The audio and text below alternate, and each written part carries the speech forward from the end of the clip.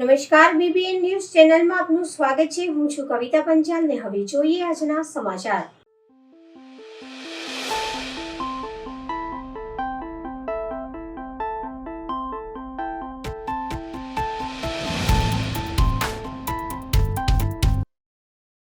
ડભોઈ તાલુકાના કાયાવરોણ ગામે ધારાસભ્યશ્રીના અધ્યક્ષપદે મહિલા સશક્તિકરણ સંમેલનનું આયોજન કરવામાં આવ્યું હતું।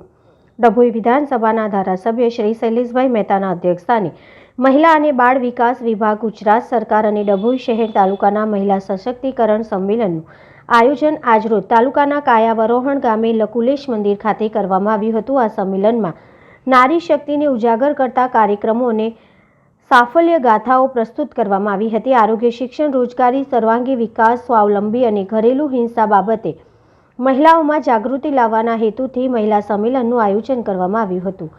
સમાજમાં દીકરી અને દીકરા વચ્ચેના ભેદભાવને દૂર કરીને દીકરીઓના જન્મ દરમાં વધારો કરે બાબતો માટે ગુજરાત રાજ્ય સરકાર દ્વારા આ ઉજવણી કરવામાં સહભાગી થવા મહિલા અને બાળ અધિકારી કચેરી દ્વારા આહવાન કરવામાં આવ્યું હતું। આ કાર્યક્રમમાં ધારાસભ્ય શ્રી શૈલેષભાઈ મહેતા, જિલ્લા પંચાયત પ્રમુખ, ઉપપ્રમુખ અશ્વિનભાઈ વકીલ, તાલુકા પંચાયત પ્રમુખ રાજેન્દ્રભાઈ તડવી તથા નગરપાલિકા પ્રમુખ બિરેન શાહ, ડભોઈ તાલુકાના ભાજપ સમિતિના પ્રમુખ દિનેશભાઈ પટેલ તથા ભાજપ યુવા પ્રમુખ વિરલ પટેલ, મામલતદાર વીડી ગામિત, તાલુકા વિકાસ અધિકારી તેજલબેન રાણા, મહિલા અને બાળ વિકાસ યુવા પ્રવૃત્તિ સમિતિ તેમજ ભાજપ સંગઠનના આગેવાનો, સરપંચશ્રીઓ તેમજ અન્ય મહિલાઓની હાજરીમાં આ કાર્યક્રમનું આયોજન કરવામાં આવ્યું હતું।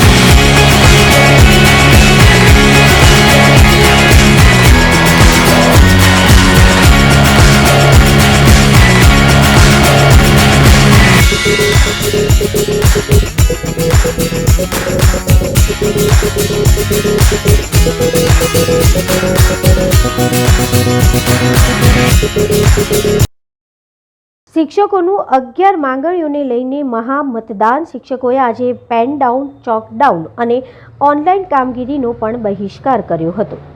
વડોદરા મ્યુનિસિપલ કોર્પોરેશનના પ્રાથમિક શૈક્ષણિક સંઘના શિક્ષકો દ્વારા આજે જૂની પેન્શન યોજના સહિતની 11 જેટલી માંગણીઓને લઈને સવારે 8 વાગ્યાથી લઈને સાંજના 8 વાગ્યા દરમિયાન મહામતદાનનું આયોજન કરવામાં આવ્યું હતું, જેમાં મોટી સંખ્યામાં શિક્ષકો મતદાન કરવા માટે પહોંચી રહ્યા છે। 3 ઝોનમાં 3 સ્થળે મતદાન ચાલી રહ્યું છે। આ ઉપરાંત આજે શિક્ષકોએ પેન ડાઉન, ચોક ડાઉન અને ઓનલાઈન કામગીરીનો પણ બહિષ્કાર કર્યો છે। તેમજ જો આગામી સમયમાં માંગણીઓનો ઉકેલ નહીં આવે તો ગાંધીનગરમાં મહાપંચાયત યોજવાના મૂડમાં જોવા મળ્યા હતા।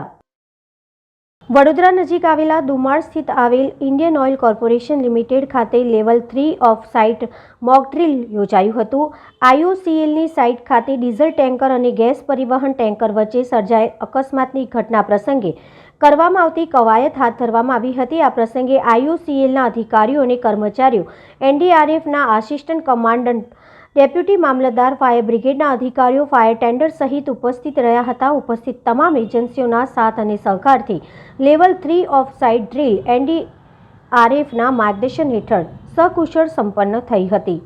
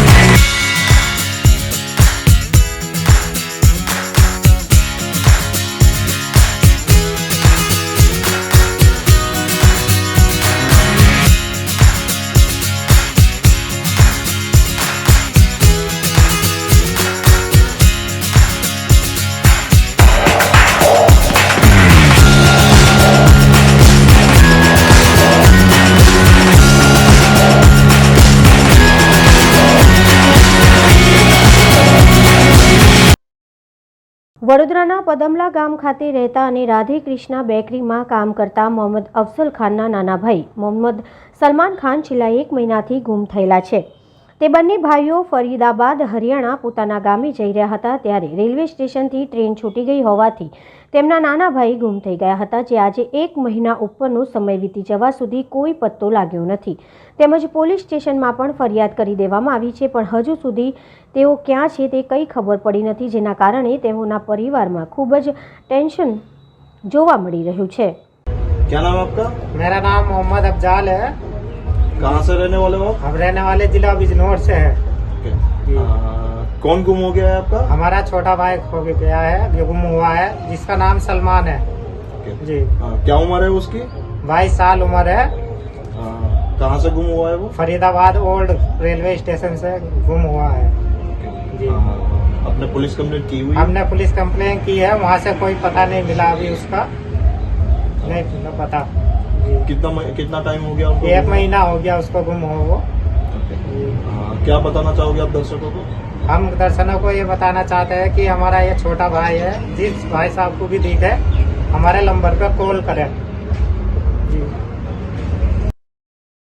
વડોદરા જિલ્લા ટ્રાફિક દ્વારા આજરોજ યોજવામાં આવ્યો ટ્રાફિક નિયમન જાગૃતિ કાર્યક્રમ. આમ તો ઘણી જગ્યાઓએ ટ્રાફિક નિયમનનો ભંગ અને કાયદાની સમજણ જનતામાં હોતી નથી, માટે કાયદાકીય સમજણ અને પોતાની સેફટીના અનુસંધાને વડોદરા જિલ્લાની રૂરલ ટ્રાફિક શાખાના અધિકારી પરમાર સાહેબ દ્વારા અને ભાદરવા પીએસઆઈ ચૌહાણ સાહેબના મંતવ્ય થકી આજરોજ રૂરલ વિસ્તારમાં આવેલા સાવલી તાલુકાની મેડિકેપ કંપનીમાં નેશનલ સેફટીના અનુસંધાને કંપનીના વર્કરોમાં જાગૃતિ માટેના કાર્યક્રમનું આયોજન કરવામાં આવ્યું, જેમાં વડોદરા જિલ્લા રૂરલ ટ્રાફિકના પરમાર સાહેબ દ્વારા ટ્રાફિક નિયમન કઈ રીતે જાળવવું તથા તેનું પાલન કઈ રીતે કરવું તેનાથી કંપનીના તમામ વર્કરોને વાકેફ કર્યા હતા તથા આ પ્રોગ્રામને પોતાની કંપનીમાં યોજાયો અને બંને અધિકારીઓએ ઉપસ્થિતિ આપી તે બદલ કંપનીના સ્ટાફ દ્વારા બિરદાવવામાં આવ્યા હતા.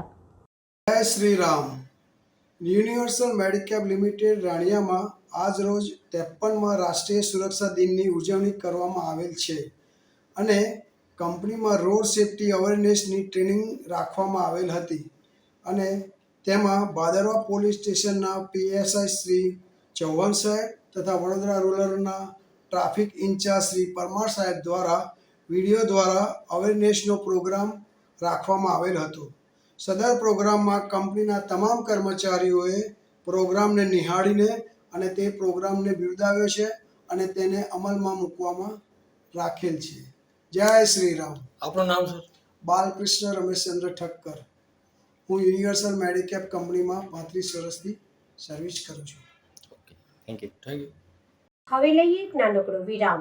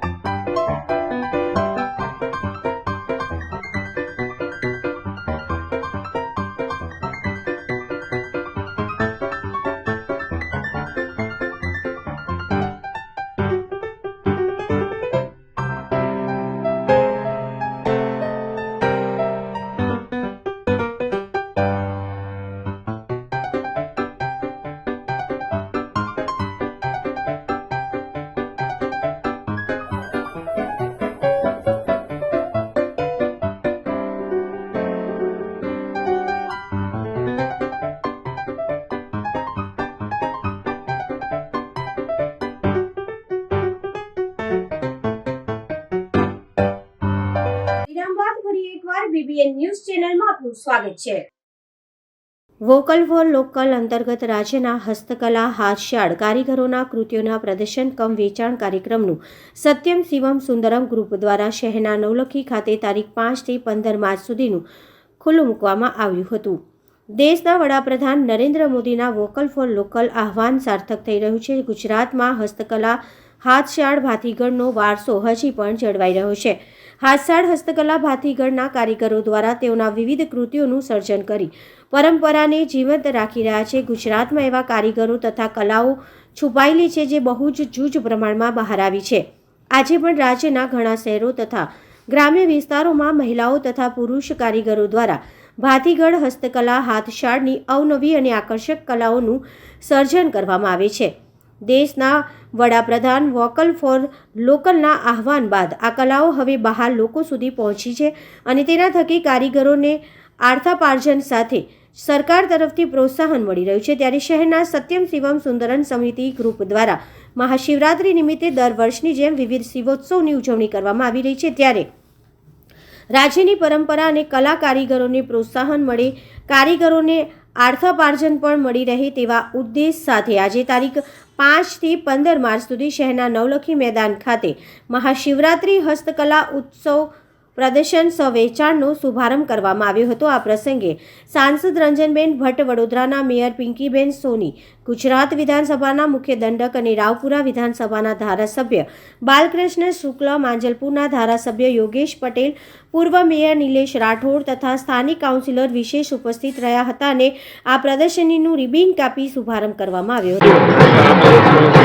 વડોદરા શહેરમાં મહાશિવરાત્રી પૂર્વે સત્યમ શિવમ સુંદરમ ગ્રુપ દ્વારા ભગવાન શિવજીના પરિવારની શિવ પરિવાર સાથે શિવજીની સવારીથી લઈ અને અઢળક અનેક કાર્યક્રમો કરવામાં આવતા હોય છે.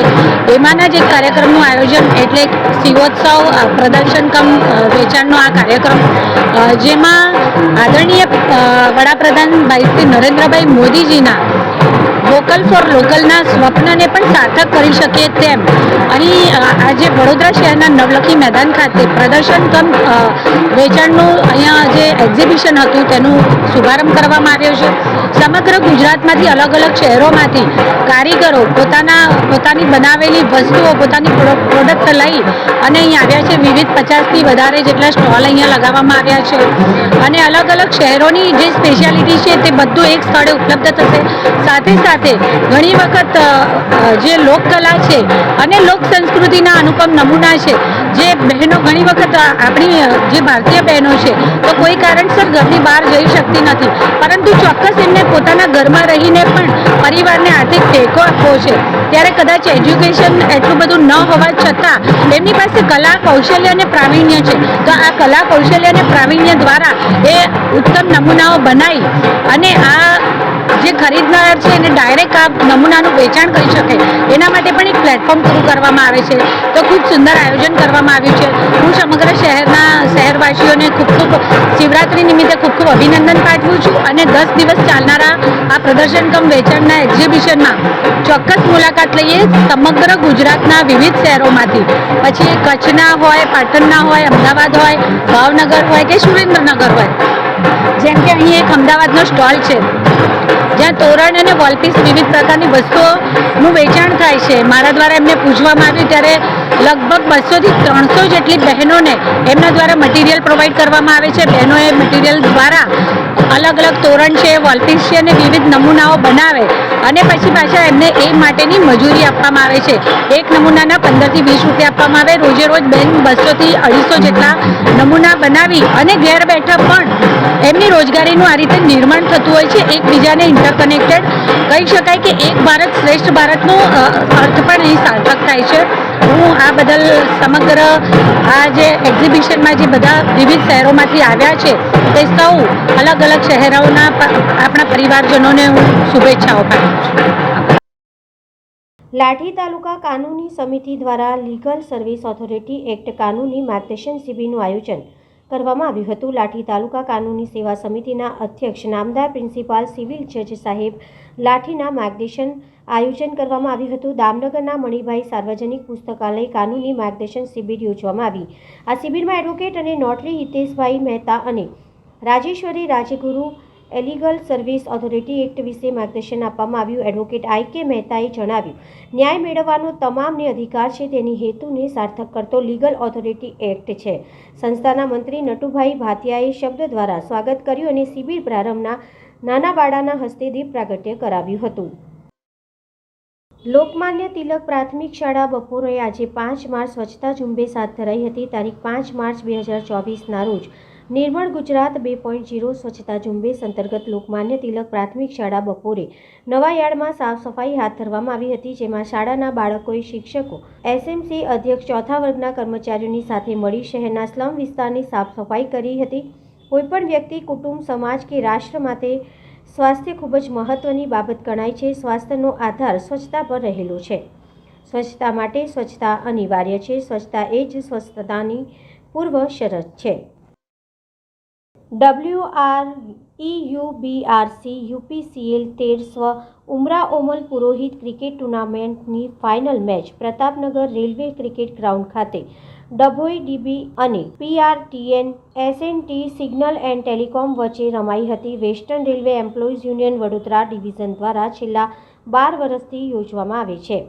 Western railway employees union youth wing Vadodara division દ્વારા રેલવેના મસીહા સ્વ ઉમરોમલ પુરોહિત પ્રમુખ ઓલ ઇન્ડિયા રેલવે મેન્સ ડિફરન્સની યાદમાં western railway employees union Vadodara division દ્વારા છેલ્લા 12 વર્ષથી UPCL ઉમરોમલ પુરોહિત ક્રિકેટ ટુર્નામેન્ટનું આયોજન કરી રહી છે. આ વર્ષે પણ UPCL 13 Umraomal Purohit cricket tournament તારીખ 12મી ફેબ્રુઆરી 2024થી શરૂ કરવામાં આવી હતી, જેમાં કુલ 60 જેટલી ટીમોએ ભાગ લીધો હતો. તારીખ 5મી માર્ચને મંગળવાર સુધી રેલવેના અલગ અલગ વિભાગો અને સ્ટેશનો જેમ કે ભરૂચ, અંકલેશ્વર, મિયાગામ, વડોદરા, ડભોઈ, આણંદ, નડિયાદ, પેટલાદ, ગોધરા, બોડેલી, અલીરાજપુરા ઉપરાંત નાના સ્ટેશનોમાંથી કુલ 60 ટીમો અને 900થી વધારે રેલ કર્મચારીઓએ ભાગ લીધો હતો. આ ટુર્નામેન્ટ 22 દિવસ સુધી ચાલી રહી હતી અને આજે UPCL 13 ઉમરોમલ પુરોહિત ક્રિકેટ ટુર્નામેન્ટની ફાઇનલ મેચ ડભોઈ ડીબી અને PRTN સિગ્નલ એન્ડ ટેલિકોમ વચ્ચે પ્રતાપનગર રેલવે ગ્રાઉન્ડ ખાતે રમાડવામાં આવી હતી. આજે વેસ્ટર્ન રેલવે એમ્પ્લોઈઝ યુનિયનની યુવા સ્વકા દ્વારા દર વર્ષની જેમ ઉમરાઉમલ પુરોહિત ક્રિકેટ ટુર્નામેન્ટ સિઝન 13નું આયોજન કરવામાં આવેલું છે. વેસ્ટર્ન રેલવે એમ્પ્લોઈઝ યુનિયન દર વર્ષે અમારા બિલવડ લીડર કોમરેડ ઉમરાઉમલ પુરોહિતની યાદમાં ક્રિકેટ ટુર્નામેન્ટનું આયોજન કરે છે. એની 13મી સિઝન છે. 2010થી અમે લોકો ક્રિકેટ ટુર્નામેન્ટનું આયોજન કરતા આવેલા છે. આ ટુર્નામેન્ટ 12 તારીખથી ચાલુ થઈ છે, 12 ફેબ્રુઆરીથી, અને 5 તારીખ આજે એટલે કે 5 માર્ચે એનું ફાઇનલ છે. લગભગ 60 ટીમોએ આમાં પાર્ટિસિપેટ કર્યો છે. તમામ રેલવે કર્મચારીઓ છે. આણંદથી, નડિયાદથી, અલીરાજપુરથી, બોડેલીથી આવી અલગ અલગ જગ્યાએથી ટીમોએ આમાં પાર્ટિસિપેટ કરેલું હતું. અને આજ રોજ ફાઇનલના દિવસે ડભોઈની ટીમ અને સાથે સાથે સિગ્નલ અને ટેલિકોમની ટીમની વચ્ચે આજે શિક્ષણ સમિતિ દ્વારા આજરોજ દિવ્યાંગ બાળકોને હરિશંકર રજીસ્ટ્રેશન કરીને બાળકોને જરૂરિયાત સાધનો આપવામાં આવ્યા હતા. ભારત સરકાર તથા રાજ્ય સરકારની સહાય યોજના થકી આજ રોજ નગર પ્રાથમિક શિક્ષણ સમિતિની કારેલીબાગ સ્થિત સરદાર વલ્લભભાઈ પટેલ પ્રાથમિક શાળા ખાતે શાળાના 350 જેટલા બાળકો કે જેઓ કોઈ તકલીફો ધરાવે છે તેવા વિશેષ પ્રતિભા ધરાવતા બાળકોના શારીરિક અને માનસિક વિકાસ હેતુથી સમગ્ર શિક્ષા આઈડી યુનિટ દ્વારા દિવ્યાંગ વિદ્યાર્થીઓને એડિપ્સ યોજના હેઠળ એલિમ્કો ઉજ્જૈન દ્વારા જે બાળકો નથી સાંભળી શકતા તેમને અલગ અલગ બાળકોની જરૂરિયાતો મુજબના સાધન સામગ્રી આપવામાં આવી હતી. આ પ્રસંગે પ્રાથમિક શિક્ષણ સમિતિના ચેરમેન મિનેશભાઈ પંડ્યા સહિતના પદાધિકારીઓ, શિક્ષકો, બાળકોના વાલીઓ ઉપસ્થિત રહ્યા હતા. સમગ્ર શિક્ષાના આઈડી યુનિટ ભારત સરકાર અને ગુજરાત સરકારના સહયોગથી નગર પ્રાથમિક શિક્ષણ સમિતિમાં પહેલી વખત 350થી વધારે બાળકોને એનામાં કઈ ઉણપ રહી છે, સારી ઉણપ રહી છે, એના સહાય વિતરણનું સાધનના સહાય વિતરણનો કાર્યક્રમ રાખવામાં આવેલો છે. સરકાર કેટલી સંવેદનશીલ આપ જોઈ શકો છો કે બાળકોમાં શિક્ષણની સાથે સાથે બાળકોના શારીરિક વિકાસ પણ થઈ શકે. બાળકોમાં જે વિશેષ પ્રતિભા ધરાવે છે, દિવ્યાંગ બાળક છે તેમાં જે વિશેષ પ્રતિભા ધરાવે છે એનો ઉપયોગ થઈને અમારા શાળાના શિક્ષકો, શાળાના વાલીઓ અને શાળાના જે પોતાના બાળકો છે એ લોકો બી એટલા ખુશ થઈ ગયા છે. મને ખૂબ આનંદની લાગણી વ્યક્ત થાય છે કે નગર પ્રાથમિક શિક્ષણ સમિતિના પહેલી વખત આ 350 બાળકોને જે સાધન સેવાનું વિતરણ થયું છે બદલ ગુજરાત સરકાર, ભારત સરકાર અને સમગ્ર શિક્ષા યુનિટનો ખૂબ ખૂબ આભાર વ્યક્ત કરું છું.